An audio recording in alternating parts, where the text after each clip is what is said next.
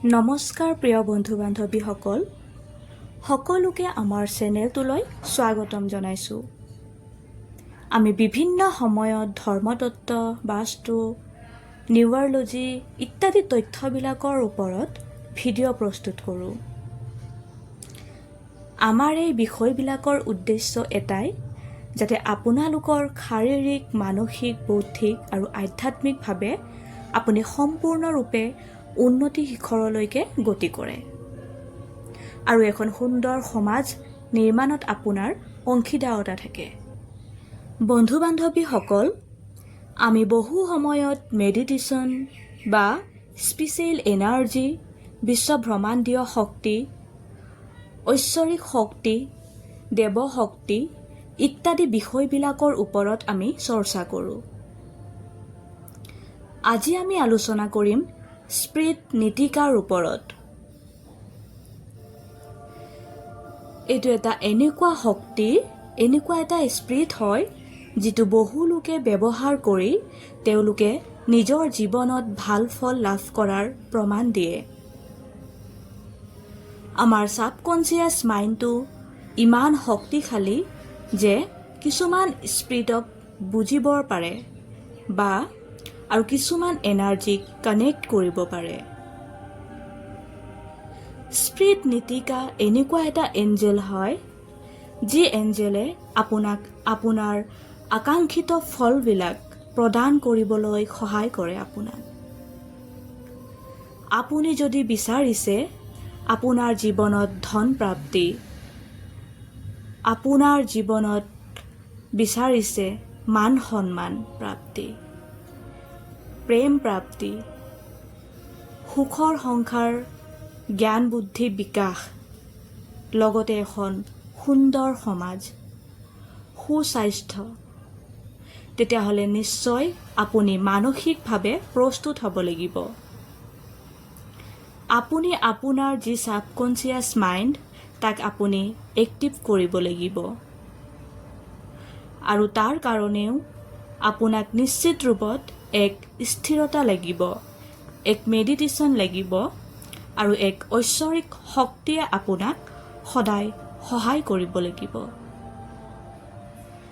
যেনেকৈ আপোনাৰ গুৰুৰ কৃপা নহ'লে আপুনি একো কৰিব নোৱাৰে, ঠিক সেই ধৰণে ঈশ্বৰৰ কৃপা নহ'লেই বা এক শক্তিৰ কৃপা নহ'লে আপুনি কৰিব নোৱাৰে। আপুনি অস্থিৰ হৈ থাকিব, আপুনি নিগেটিভ হৈ থাকিব বা আপুনি বিভিন্ন সমস্যাৰ মাজত থাকিব।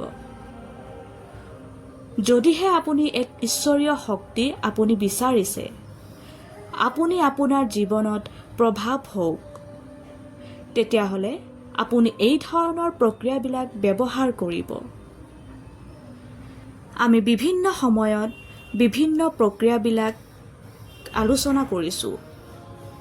তাৰ ভিতৰত এইটো এটা সুন্দৰ আৰু অতি সহজতে কৰিব পৰা প্ৰক্ৰিয়া।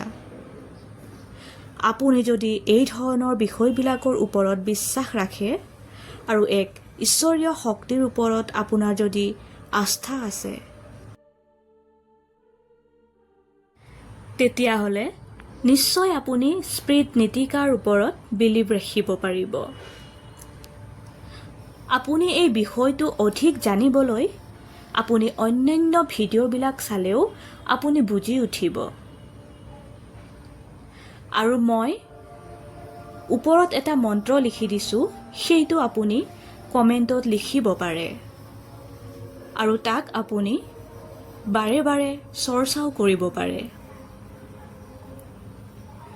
আপুনি এই মেডিটেশ্যনটো কৰিব নিৰ্দিষ্ট সময়ত, আপুনি নিৰ্দিষ্ট স্থানত আপুনি বহি ল'ব। সম্ভৱ হ'লে মুক্ত আকাশৰ তলত বহি ল'ব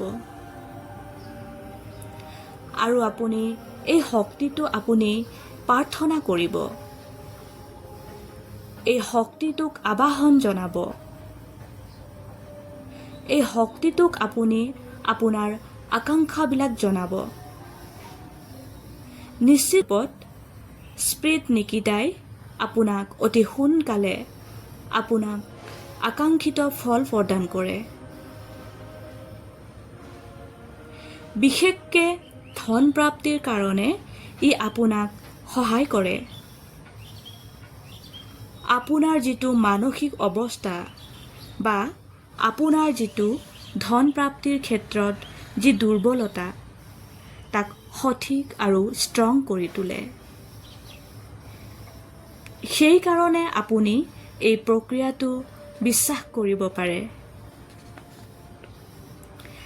আপুনি স্প্ৰিট নীতিকা মেজিক ষ্টাৰ্ট নাও বুলি ক'লেও হ'ব।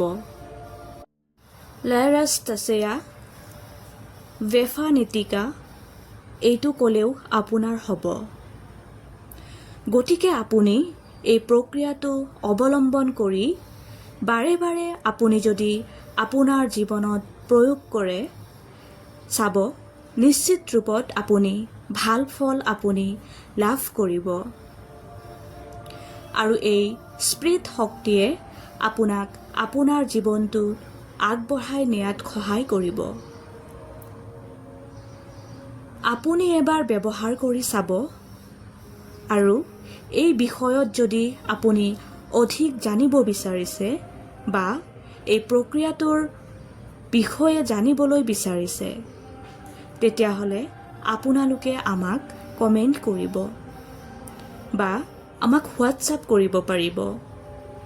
আমি ইয়াৰ যিটো প্ৰকৃত প্ৰক্ৰিয়া ইয়াৰ ব্যৱহাৰ কেনেকৈ কৰিব সেইটো আমি আপোনালোকক ভালকৈ বিস্তাৰিতভাৱে জনাবলৈ চেষ্টা কৰিম। যিহেতু এটা সংক্ষেপত ভিডিঅ' বনাব চেষ্টা কৰোঁ আমি, য'ত আমি গোটেই কথাখিনি কোৱাটো সম্ভৱ নহয়। কিন্তু যেতিয়াই আপুনি এই ভিডিঅ'টো চাইছে বা আপুনি কমেণ্টত লিখিছে বা আপুনি এই স্প্ৰিট বা ঐশ্বৰিক শক্তিক আপুনি আবাহন জনাইছে, নিশ্চিত ৰূপত ই আপোনাৰ জীৱনত প্ৰভাৱ বিস্তাৰ কৰিব। আপোনাক ধনৰ প্ৰাপ্তিৰ ক্ষেত্ৰত বিশেষভাৱে সহায় কৰিব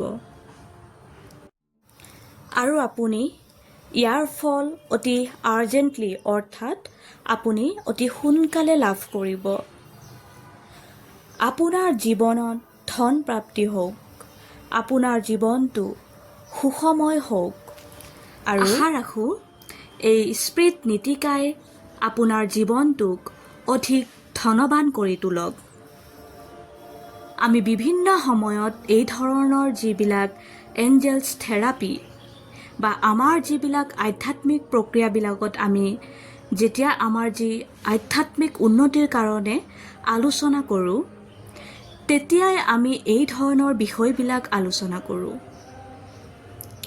আমি বহু সময়ত আমাৰ আধ্যাত্মিক উন্নতিৰ কাৰণে সেই ধৰণৰ স্পিৰিটবিলাকে সেই ধৰণৰ এনাৰ্জিবিলাকে আমাক সহায় কৰে। আমাৰ ভিতৰতো এনেকুৱা বহু শক্তি নিহিত হৈ আছে, লুকাই আছে, যাক আমি আৱিষ্কাৰ কৰা নাযায় কাৰণেই আমি আমাৰ জীৱনটোক সুন্দৰ দিশত লৈ যাব নোৱাৰোঁ। আমি বহু সময়ত নিজৰ ভিতৰত থকা শক্তিক আমি বুজি উঠা দৰকাৰ আৰু নিজৰ ভিতৰৰ শক্তিৰ সৈতে যদি আপুনি এনাৰ্জি কানেক্ট কৰে নিশ্চিত ৰূপত আপুনি আপোনাৰ জীৱনটোত সঁচাকৈ এক মেজিকেল মেৰিগল হোৱাটোতো বেছি সময় নালাগে। আপুনি মাত্ৰ বুজি উঠিব লাগে আপোনাৰ ভিতৰত লুকাই থকা শক্তি।